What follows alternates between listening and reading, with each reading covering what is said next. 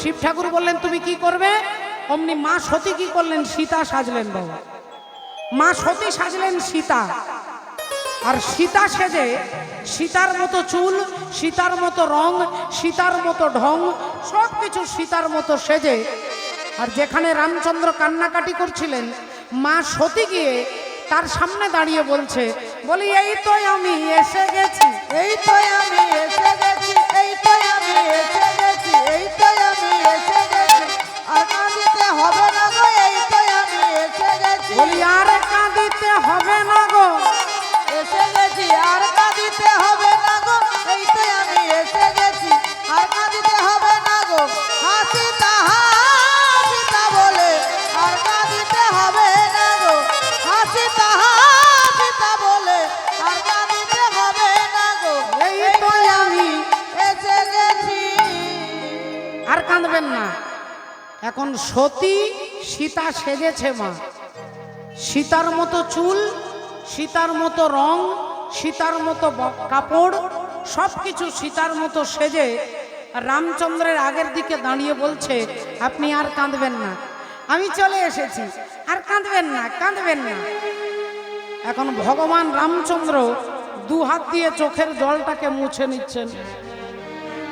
আর যখনই চোখের জলটা মুছে নিচ্ছেন, সতী মনে মনে ভাবছে যে আমি চ্যালেঞ্জে জিতে গেছি, আমি চ্যালেঞ্জে জিতে গেছি।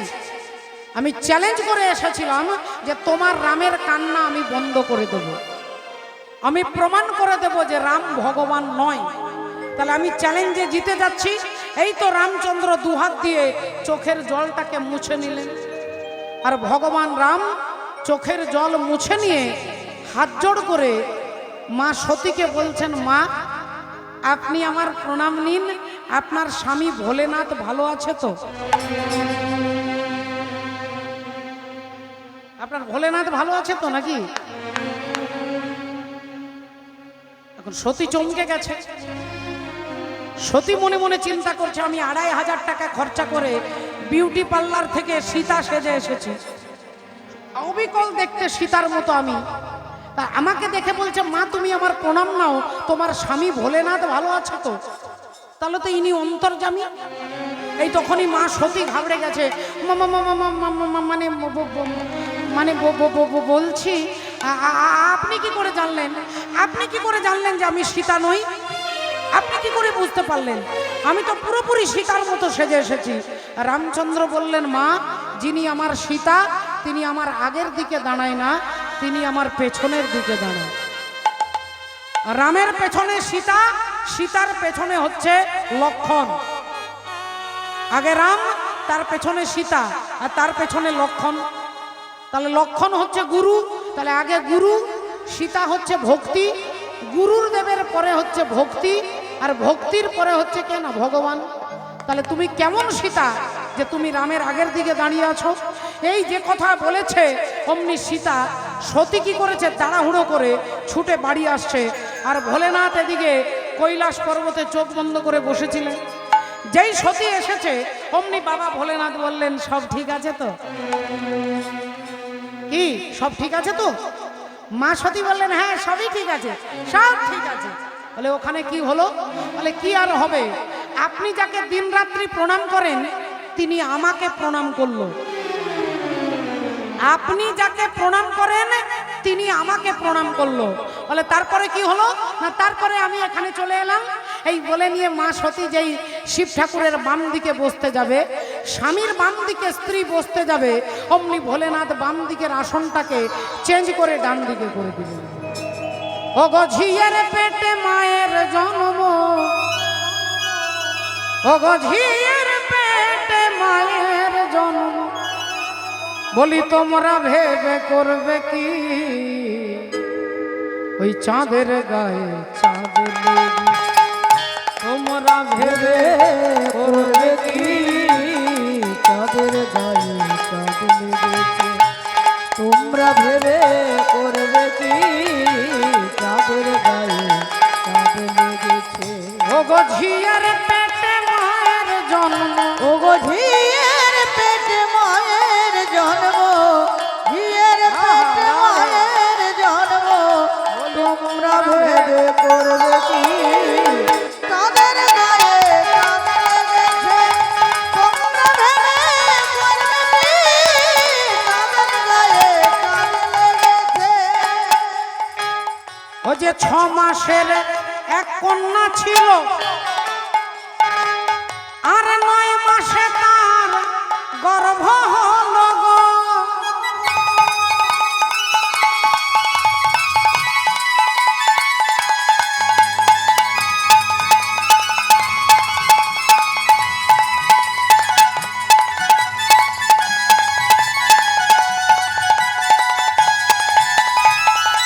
বলি 11 মাসে 3টি সন্তান 11 মাসে 3টি সন্তান ও যে কোনটা করবে ফকিরি চাঁদের গায়ে কান লেগেছে তোমরা ভেবে করবে কি তাদের গায়ে কান লেগেছে তাদের গায়ে কান লেগেছে তাদের গায়ে কান লেগেছে আমি একটু মায়েদের কাছে জেনে নেব, মায়েরা যদিও জানেন তবু একটু মায়েদের কাছে জানবো যে মা দুর্গার কটা ছেলে আর কটা মেয়ে, কটা ছেলে আর কটা মেয়ে মা আঙুলে দেখান হাত দিয়ে। 2টো মেয়ে 2টো ছেলে, ঠিক। আচ্ছা, 2টো মেয়ের নাম কি? লক্ষ্মী আর সরস্বতী। কার মেয়ে? কার মেয়ে? দুর্গা, তাই তো নাকি? বারবার জিজ্ঞাসা করছি কারণটা দেখুন, এক্ষুনি কথাটা কিন্তু উল্টে যাবে। তাহলে মা দুর্গার মেয়ে হচ্ছে লক্ষ্মী আর সরস্বতী, তাই তো? এবার মা দুর্গাকে সৃষ্টি করলেন কে? না 3 জন দেবতা, ব্রহ্মা, বিষ্ণু, মহেশ্বর। এই 3 জনের শক্তিতে মা দুর্গার সৃষ্টি হলো মহিষাসুরকে বধ করবার জন্য। এবার মহিষাসুরকে বধ করে মা দুর্গা ব্রহ্মার কাছে এলেন, এসে বললেন আপনি আমাকে বিবাহ করুন। ব্রহ্মা বললেন তোমাকে আমি জন্ম দিয়েছি, তুমি আমার মেয়ে, আমি তোমার বাবা। মা দুর্গা বিষ্ণুর কাছে গেলেন, তিনি বললেন তুমি আমার মেয়ে, আমি তোমার বাবা। তখন মা দুর্গা ভোলেনাথের কাছে গিয়ে বলছে আপনি আমাকে গ্রহণ না করলে আমি আত্মহত্যা করব। শিব ঠাকুর বললেন একবার নয় 108 বার যদি দেহটাকে পাল্টাতে পারো তখন তুমি আমাকে পাবে। তাহলে এবার ভেবে দেখুন, তাহলে মা দুর্গার বাবা হচ্ছে ব্রহ্মা, মা দুর্গার আরেক বাবা হচ্ছে বিষ্ণু। তাহলে ভগবান বিষ্ণু যদি মা দুর্গার বাবা হন, ভগবান বিষ্ণুর স্ত্রীর নাম কি? বিষ্ণুর স্ত্রীকে লক্ষ্মীর ভান্ডার পাচ্ছেন তোমার? হ্যাঁ, রাধে রাধে। মা লক্ষ্মী ভগবান বিষ্ণুর স্ত্রী। তাহলে ভগবান বিষ্ণুর স্ত্রী হচ্ছে লক্ষ্মী, ভগবান বিষ্ণু হচ্ছে বাবা। তাহলে বাবার স্ত্রী আমার কে হবে? আমার বাবার স্ত্রী আমার কে হবে? মা হবে তো। তাহলে এক্ষুনি ভালো করে বিচার করে দেখুন, মা দুর্গার বাবা যদি বিষ্ণু, তার স্ত্রী যদি লক্ষ্মী হয়, তাহলে মা দুর্গার মা হয়ে যাচ্ছে না লক্ষ্মী? ও যে ঝিয়ার পেটে মায়ের জন্ম তোমরা ভেবে করবে কি তাদের গায়ে কান লেগেছে তোমরা ভেবে করবে কি তাদের গায়ে কান লেগেছে ঘর আছে তার দুয়ার নয়, ঘর আছে কিন্তু দরজা নেই আর জানালাও নেই, কিন্তু ভেতরে একজন আছে। বলে সে ঢুকলো কি করে? সেটা কি? বলে ডিম। ডিমের মধ্যে দরজাও থাকে না, জানালাও থাকে না, কিন্তু ভেতরে একজন থাকে। হাঁসের ডিমের মধ্যে হাঁস আছে, পাখির ডিমের মধ্যে পাখি আছে। তাহলে ঘর আছে তার দুয়ার নাই, ও গো লোক আছে তার বাক্য নাই গো, বলো কে তাহারে আহার যোগায়, কে বাদাই সন্ধ্যাবাতি। আজ কে তাহারে আহার যোগায় কে বাদায় সন্ধ্যাবাতি। ও যে ফকির লালন ভেবে বলে ও গো ছেলে মরে মাকে ছুলে গো,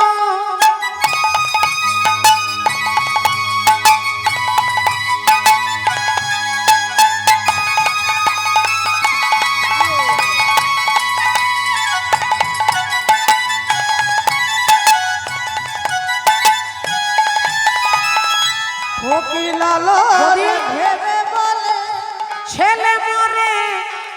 ছেলে মরে যায় যদি মাকে ছুঁয়ে দেয়, সে আবার কে ছেলে বাবা?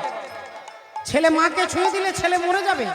ছেলে মায়ের কোলে থাকে, ছেলে মায়ের কোলে খায়, ছেলে মায়ের কোলে হিসি করে, আর এখানে বলছে ছেলে মাকে ছুঁয়ে দিলে ছেলে মরে যাবে।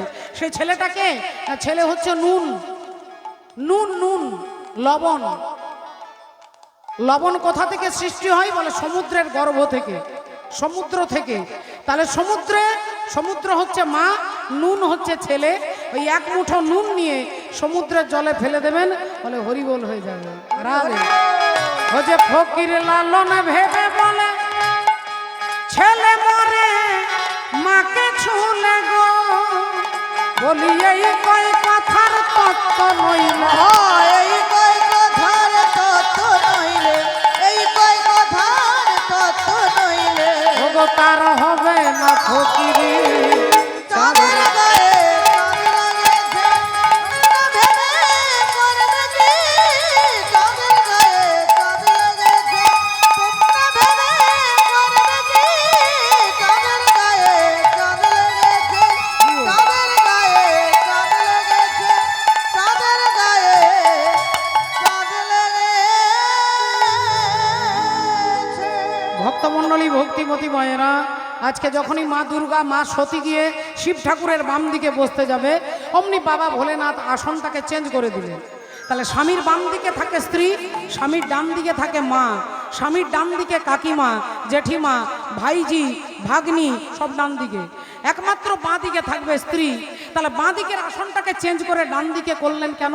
না, শিব ঠাকুর বললেন আমার গুরু হচ্ছে রাম, রামের স্ত্রী হচ্ছে আমার গুরু মা, আর সেই সীতার রূপ তুমি ধারণ করেছো, আজ থেকে তুমি স্ত্রীর মর্যাদা পাবে না, আজ থেকে তুমি মাতৃ মর্যাদা পাবে। তাই আসনটাকে চেঞ্জ করে ডান দিকে করে দিলেন। আর এদিকে প্রজাপতি দক্ষ রাজা একটা জায়গায় তার মাথা খারাপ হয়ে গেছে, আমাকে দেখে উঠে দাঁড়ালো না, আমাকে দেখে নমস্কার করলো না, আমাকে দেখে মাথা নিচু করলো না, আমার বিনা অনুমতিতে বেরিয়ে চলে গেল। এখন তিনি চিন্তা করছে কি করা যায়, কি করব কি করব। আর এমন সময় আসছেন কে? নারায়ণ নারায়ণ নারদ মুনি এসে, ভক্তিমতী মায়েরা, নারদ মুনি এসে আজকে প্রজাপতি দক্ষ রাজার কাছে দাঁড়িয়েছে। হ্যাঁ, প্রজাপতি দক্ষ রাজার কাছে তিনি এসে দাঁড়িয়েছে। রাধে রাধে। একবার সবাই মিলে বলবো, বলো ভগবান কৃষ্ণচন্দ্র কি, বলো রাধা রানী কি, बोलिए भागवत महापुराण की, अनंत कोटि भक्त वृंदो की, निताई गौर प्रेमानंदे। हरि हरि बोल, हरि बोल, हरि हरि। राधा ढूंढ रही किसी ने मेरा श्याम देखा, राधा ढूंढ रही किसी ने मेरे श्याम देखा, राधा ढूंढ रही किसी ने मेरे श्याम देखा।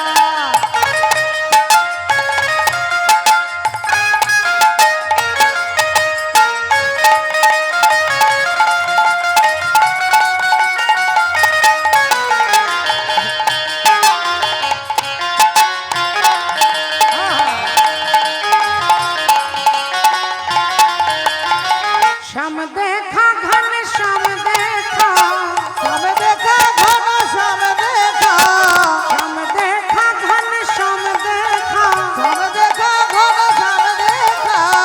राधा ढूंढ रही किसी ने मेरा श्याम देखा, राधा ढूंढ रही किसी ने मेरे श्याम देखा।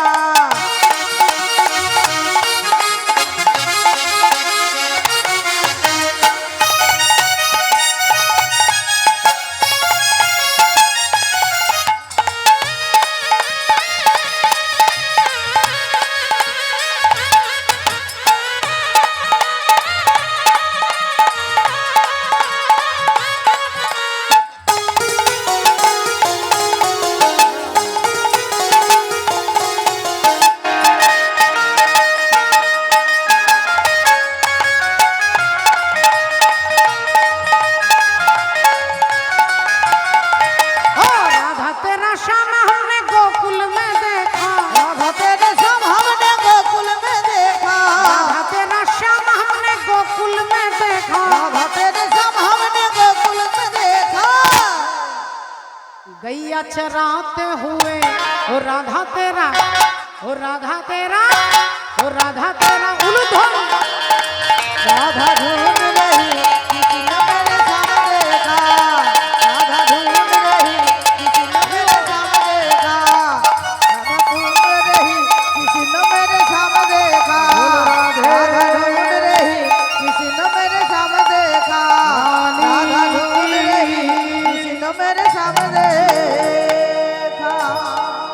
দেবর্ষি নারদ প্রজাপতি দক্ষ রাজার কাছে এসে বলছে কি ব্যাপার আপনার মুখটা বাংলার পাঁচের মতো হয়ে গেছে কেন শুকিয়ে গেছে একটা চিন্তার মধ্যে আছেন নাকি প্রজাপতি দক্ষ রাজা বলছে আর বলবেন না আর বলবেন না আমার ওই জামাই আছে না ভাঙর ভোলা ওই যে শিব ওই যে মূর্খ অভদ্র ভৃগুমুনির যজ্ঞে আমি গিয়েছিলাম আমাকে দেখে সবাই উঠে দাঁড়ালো আমাকে দেখে সবাই প্রণাম করলো কিন্তু আমার জামাই আমাকে দেখে উঠেও দাঁড়ালো না আর নমস্কারও করলো না আর মাথাটা নিচুও করলো না নারদ মুনি বললেন একটা কাজ করুন তাহলে আপনাকে যখন